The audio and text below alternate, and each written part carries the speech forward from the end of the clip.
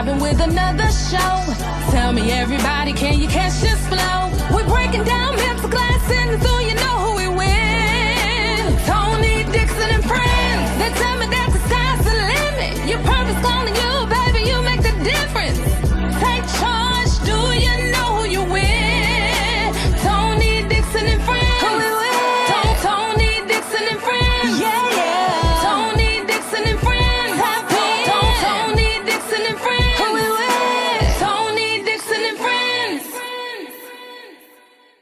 Hey, welcome back to another episode of the Tony Dixon and Friends podcast.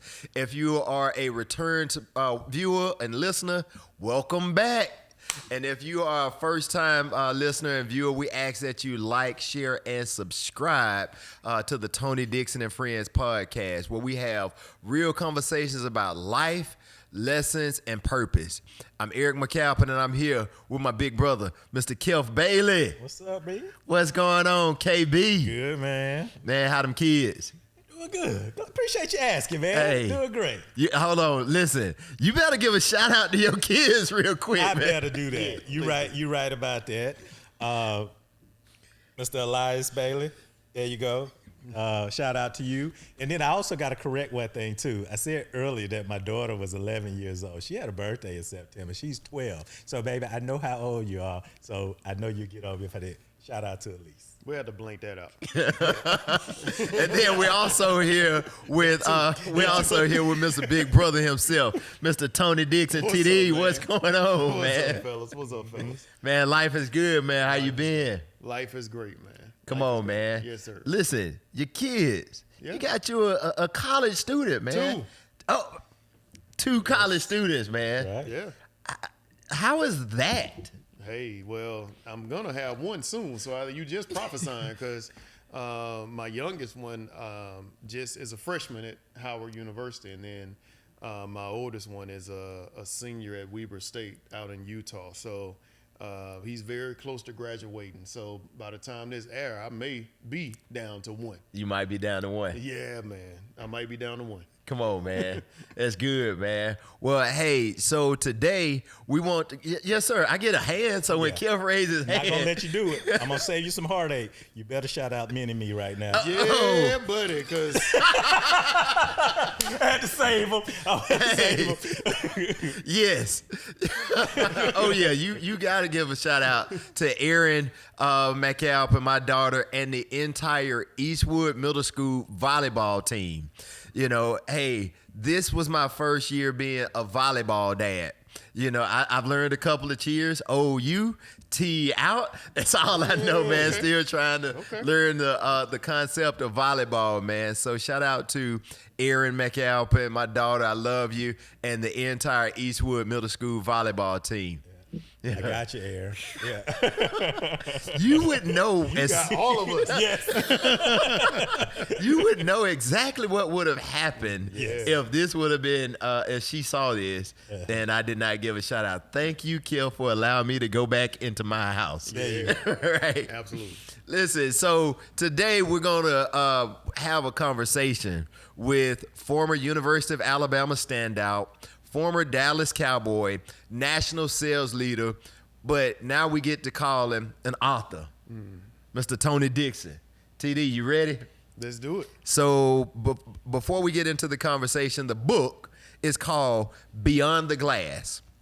If our listeners are interested in getting a copy of the book, where can they get a copy of the book Beyond the Glass? Yeah, so you can go to Amazon, type in Tony Dixon Beyond the Glass, just Tony Dixon, and it should come up, or Tony Dixon Beyond the Glass. You can get it there. You have options of getting an ebook through Kindle, getting a paperback, or getting hardback orders there. Or you can go to TonyDixon.com, and it'll direct you to the page by clicking a few buttons. But if I want to get a book, I can get a book for myself.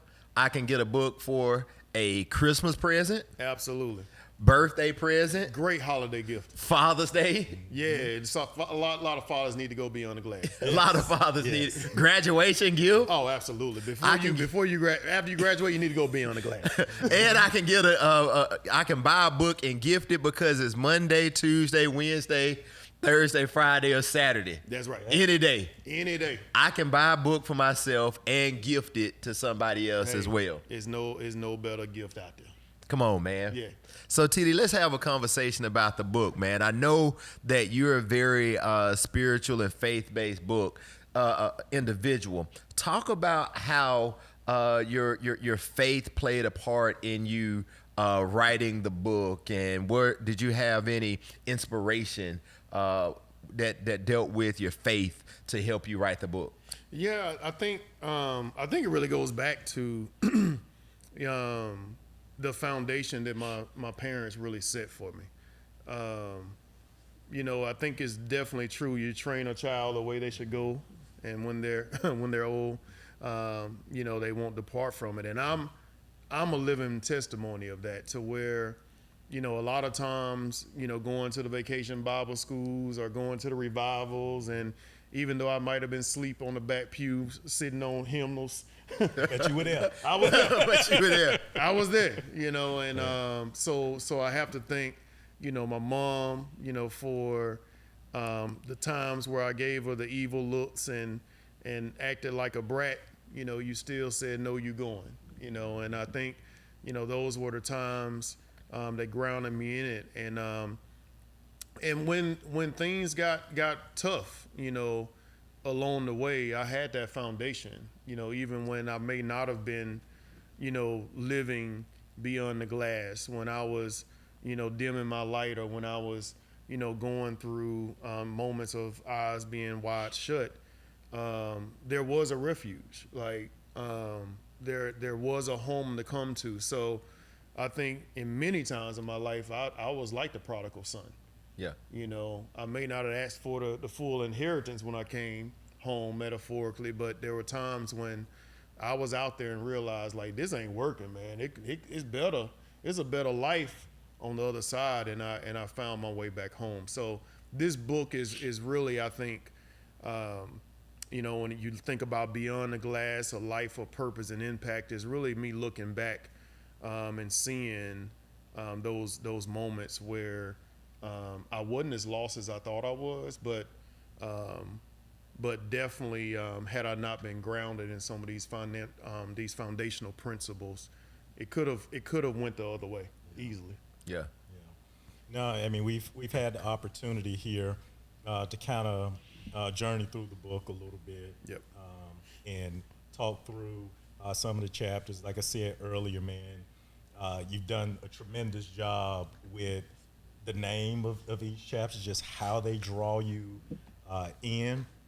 And I'm on the edge of my seat, man. Can't wait to read the book as a result, as we've kind of explored and talked about some of the chapters. And we want to get back into that. Yeah. And so now the next chapter that we want to talk about is something I'm very familiar with. It's called Unrestricted Free Agent. Okay, I know what that means. I was an unrestricted free agent in the NFL, so I understand what that means. A lot of our audience may not understand what it means, and even though I understand what it means, I'm dying to understand how you make that connection to the book. So, what is it about unrestricted free agent that you want to share right now? How about we do this twist? How about you share what it means to you right quick? Yeah. And I'm gonna tie it back to it. Yeah. So unrestricted free agent. I didn't get drafted. All right. So meaning I wasn't selected, but I still had an opportunity. Right. So that was me going in, but that was me getting a shot and an opportunity. There wasn't a lot of. It was okay. You make it, good. Yeah. If you don't, all right. There wasn't a lot invested in that from that sense, but that means that, hey, I had an opportunity to be in the room. That's right. That's right. And the chapter before that again was? Loss magnifies. That's right. That's right. So as we talk about loss being magnified, when you think about unrestricted free agents, right? There's not a restriction on them. You're not under contract with anybody. Yep. You're not owned by anybody. You have unrestricted access to, in that case, the NFL. where any team could look at you and say, I want him, and nothing could keep them from it. So, when leading up to this and getting into Loss Magnified and going through suffering the loss, and at that point really, making the decisions like, hey, I need to take control of my life. And the metaphor of me now, instead of the magnifying glass from the sun shining on me, burning me, I'm now turning the magnifying glass out, aware of who I am, accepting who I am, and now shining the light on those. Well, guess what? I get to the unrestricted free agent standpoint, and guess what? I now can take the restrictor plate off, right? Because where I may have been confined to this team, to this situation, to this way of thinking, to this generational curse, right? To this imposter syndrome, to this limited thinking, to the dimming of my light. I'm now saying I'm unrestricted. There is nothing keeping me from being a part of any team that I want to be a part of. There's nothing keeping me from putting on this other uniform that I've been wanting to put on. I am truly unrestricted to go out and be everything that I was aware that I was, just need to accept it and move into it. See, again, That's a word. So and this is why this is so good. That's a word. That definitely that's a word, and I didn't see it going there. I didn't see that one going there. And so the fact that, hey, I've got an idea, and then now to hear you articulate it in that way, man, there's so much power in that. Is that, hey, I'm unrestricted here. Nothing's holding me back here. I get to choose my own path, in this. So, no, that's awesome. Because when you think about having restrictions, I'm just thinking about life situations. My mind is wondering about people that I know and situations. And you find people that are being restricted by jobs, people that are being restricted by substance, people that are being restricted by relationships, people that are being restricted about so many things. And to hear, Kelf started with an athletic analogy, but then now you're talking about, sounds like you can be unrestricted and let loose and set free from so many different things in your life. And just hearing you talk about it, it sounds like it's refreshing. It sounds like it's a breath of fresh air. But it sounds like it takes courage in order for you to break the mental glass ceiling, go beyond the glass, so that you can become an unrestricted free agent. Yeah. Man, beautiful. But we can use your words in a previous podcast when we talked about what's your assignment. This is that moment where you really hear that voice, and you're leaning into the voice of and knowing what's my assignment. And so it's a difference between being restricted in your mind of chasing what you think is purpose and passion, but now you've let go of that restriction that you have. You're unrestricted to think of yourself and accept who you are to get closer to being aligned who God had you purpose for. That's what this is about. Because so to your point, absolutely it feels good. Because it's at this point where I'm no longer afraid of being fired from this job. I'm no longer listening to the noise of people telling me who I'm not. I'm no longer listening, to the naysayers that's saying you're going to fail again because you failed before. Because now you realize I never failed. I never failed. Everything that I've worked for up until this point has prepared me for now, and I'm no longer restricted in my thought. I'm an unrestricted free agent. Come on, man. Yeah, that's good, man. That's a word, That's man. so good right there. That's a word, man. Wow. Wow. Like, I'm going to go back and play this episode again, and I need this. Yeah. I need that, man. So as we transition to the next chapter, we talk about, no boundaries, right? We talk about no boundaries. And when I think about being unrestricted, being an unrestricted free agent, that means that to me, it lets me feel like I have the right to choose my destination. But I want to hear it from you and your spirit and your energy behind the book. Where are you talking about unleashing the boundaries, man? Tell us about it. Yeah, you're beyond the glass at this point, right? Because boundaries would suggest that you're confined, right? But there's something so freeing in not being restricted and not having bounds. There's no out of bounds, right? So this is where kind of sports intersect, but this is also in life where you go from the I can't syndrome to how can I? Yeah. Right? Because now you're not bound.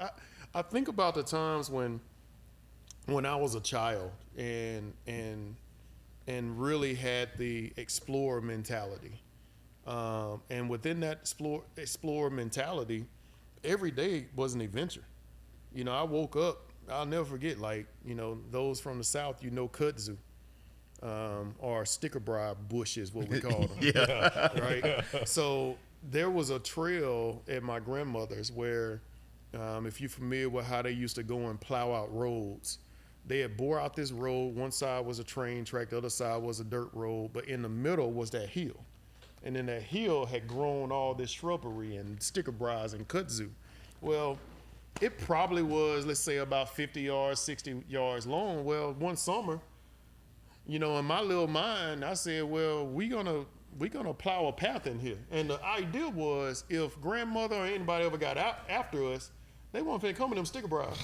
So we beat that thing out all summer to create a trail because we wanted to put a boundary between us and who we felt like was the people to be afraid of, the people restricting us, the people holding us back. So what this is a testament of is really, even in that moment, yeah, you may have beat out this comfortable shell for you to walk into to be protected from the outside of who you once feared, right? So you bound yourself in those confines. But in this case, you're walking in life with no boundary because you know who you are. Yeah.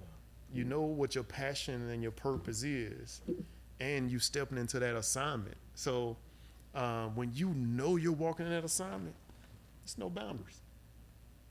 No boundaries. That's good right there, man. I mean, when you think about those boundaries that we place on ourselves, you're right. You're imprisoning yourself. That's exactly what you're doing. And then in those moments when you don't have those boundaries, just how freeing that is and what you feel is just so much power in that. So Yeah. another chapter I can't wait to dive deeper into. I got my pen and notepad ready to go, man. Yeah. I got a feeling there's going to be some podcast episodes on some of these too, but we'll just go directly in. Yeah. Man, transitioning to the final chapter in the book. Yeah. So, this one I just know is going to bring you home, Tony. The title of it is Surrendering All. Mm-hmm. And, before, I throw it to you to talk about kind of how that's going to come out in the book, but what stands out to me in Surrendering All and just understanding as a Christian, you just talked about freedom when you break through from boundaries, but understanding when you get to that moment of surrendering it all, and the freedom that you have once you get to that moment, it's nothing like it. It's nothing like it. So I'm interested to know kind of what's going to come out in the book when you're talking about surrendering it all. Yeah, this is as we go back to the three principles that we were walking through the book on, awareness, acceptance, and the final one is alignment, right? Whether you can use so many metaphors that talk about, what alignment means. You can use the leveler, like when you're trying to level something to hang a picture. Like if you OCD, you can look at it and tell when it's off track. I mean, and it will bother you. It will bother you because you know it's not aligned, right? You think about the miracles that we travel over all the time. Bridges that are being built.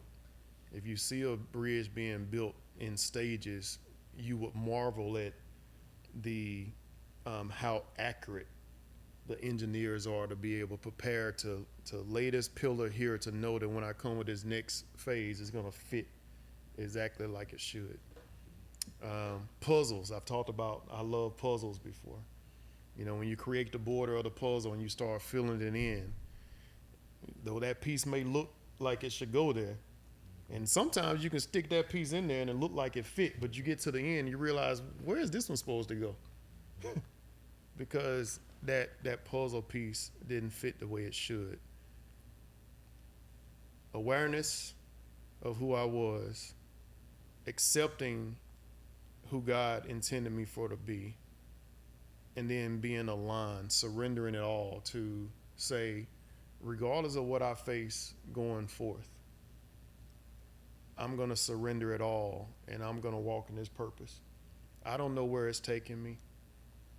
I know I'm not bound by what I once was, but I don't know if I'm going to be successful or not, but I'm not going to have the restriction of my mind. Right? Because in my case, when you have a loss that's magnified the way it was, you then realize that you have two decisions to make in life. One, you can go through life and never be aligned with who you're supposed to be and waste the gifts that God has given you. Or two, you can just lean in on that and see where it takes you. I think, how you open this is somebody the other day when they introduced me said, hey, here's Tony Dixon. And as they were starting to explain who Tony was, they said how he does a lot. He'll tell you what all they do. And it was at that moment when I started explaining all that I do, I started saying, wow, I do a lot. Yeah. Right? But I also know that this is not everything that God has for me. So surrendering it all is really, how it sounds. It's like letting loose and being free. Man, the book Beyond the Glass. Yeah. TD, man, I'm so excited and just motivated by it and just inspired to know that my friend has authored a book and you just opened up your life. Yeah. And you're telling your entire life story. Yeah. Right? You're just telling it all. Yeah. The good and the bad, the highs and the lows. And I'm inspired because I know you, but it's like I didn't know all of this stuff, man. Yeah. I didn't know all this stuff. The beauty of it is, to your point, this one was intentionally, really, if you think about where I planted the flag to begin, this is really 2023. Yeah, really 2023, coming outside of the sickness in 22. Earlier, because the sickness I had when I told you I was hospitalized was really that, during the COVID time frame. So this was coming after I had that health scare, congestive heart failure, in June of 2023. Yeah. So, and it really kind of picks up there because that's when I started journaling and doing the gratitude journey and all of that. And I'll let you know as well that there is a journal that's coming with it. Come on. So not only will you get a chance to do the book, and that's why it's going to be such a great holiday gift. You also, after you read the book, get a chance to go through 60 days of gratitude with quotes that I use during my stages to take you through, and all of them build up just like if you see the chapters in the book, then you'll see how the quotes are going to be in the journal. Yeah. Yeah. No, that's awesome, man. See, we keep finding out more and more. This is awesome, man. This is great. But no, that's the part about it, though, is I'm not a fan of books to where I read them and then I feel like, okay, what do I do with this, right? And so now, just all of the key takeaways just by reading the book, but also some call to actions and things that you can do and to exercise in your life to be able to get there. So, man, I can't wait. Yeah. Sound like it'll be a great morning devotion. Yeah. So it'll be a great morning devotional. I would imagine there's a lot of book clubs that are out there. So this may be a great gift for people that have book clubs or coffee chat committees and things like that, man. It sounds like it's a great way to open up and share, read the book, but then come back and have discussions around it to find out what it means to them. But Tony, I want to talk a little bit more about you. I know we've got the book, but I know you've also spent time as being a freaking great speaker. You found yourself going and traveling, and now you have a book to tell it, but you've also been a speaker for many different groups and organizations. And has that played a part of you sharing your stories orally, but now being able to write them down? I didn't think about it that way, but I think so. I think some of the best speakers are those that are able to. Let me back up. There are a lot of speakers that talk at you. Yeah. Right. And they spend their time talking more about how great thou art and exalt me than really trying to pull you in and humanizing what they've been through. And I think what's different in my style is I don't talk about what I don't know, for one. And I try to engage with the audience. I make it a point to engage with the audience. And I just had a speaking engagement for Fortune 500 company where their leadership team came in. These were people that were selected out of their organization to be the next future leaders and were about to get a promotion. I had a chance to get in front of these people. When you have a group of A-type leaders, like, you better have something of substance to talk about. Yeah. And I think my biggest takeaway from that event was there were people in that meeting getting emotional. Like, literally, I looked over and I saw this woman crying because in talking about dimming my light and talking about imposter syndromes and overcoming those things and how you're uniquely qualified to be where you are, that resonated with her so much in a way that most people don't talk about it. Normally they talk about, I had this business. Like, no, I'm talking about in life, what I've been through. And what I love about even that moment, the senior leaders in there talked about how you penetrated the souls, and they said it's not normal. They told me they had another 30-minute session after I left talking about some of the things we talked about. Yes, I think those are the things that prepared me to do this book, and I love those opportunities and love speaking. You know what I hear in that in that moment with this Fortune 500 company, you speaking to this leadership team there, and that's the response that they had. And I want to make the correlation to the book as well. What stands out to me is authenticity. Okay? That's where the connection comes in, is that they're like, hey, this guy's here talking to us, and you said penetrated souls because you came to them with an authentic message. And as I sit here on the couch next to you right now, that's what I see. I mean, we're talking about a book. Yes, the book is for sale, but I'm hearing that you authentically are sharing your story to help others overcome. 100%. And so, man, that's what I take from you sharing that story, and it all connects and correlates to what we just shared about the book. Tell them where they can get the book, man.